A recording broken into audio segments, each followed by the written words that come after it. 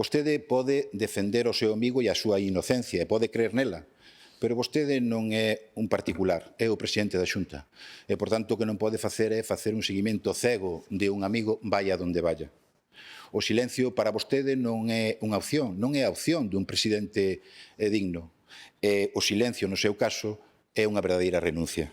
E cada día que pasa sen dar explicacións, cada día que pasa sin dar explicacións sobre estas cuestións, creo que demostra que non está á altura do cargo que ostenta. Escoitándolle falar agora, eu vou recordar algunha cousa. Eu vou recordar unha persoa que chamaba Xosé Ramón Gómez Besteiro no ano 15, que votou 5 meses imputado por 4 ou 5 delitos. O mellor non pode aclarar vostede.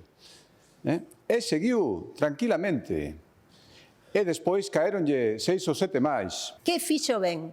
Permitir que o entorno do conselleiro filtrara o nome da víctima. Que fixo ben? Organizar un acto de despedida para despedir entre abrazos a un presunto agresor sexual. Que fixo ben, señor Rueda? Decirnos que isto era un problema privado. A violencia de xénero, unha agresión sexual, é un problema privado, non, señorías. As mulleres levamos décadas reclamando que a violencia de xénero é un problema político de primeira magnitude. De primeira magnitude. A mellor maneira de protexer a xustiza, de protexer as víctimas, tamén as persoas que denuncian, é creer na xustiza e facer que funcione de verdade.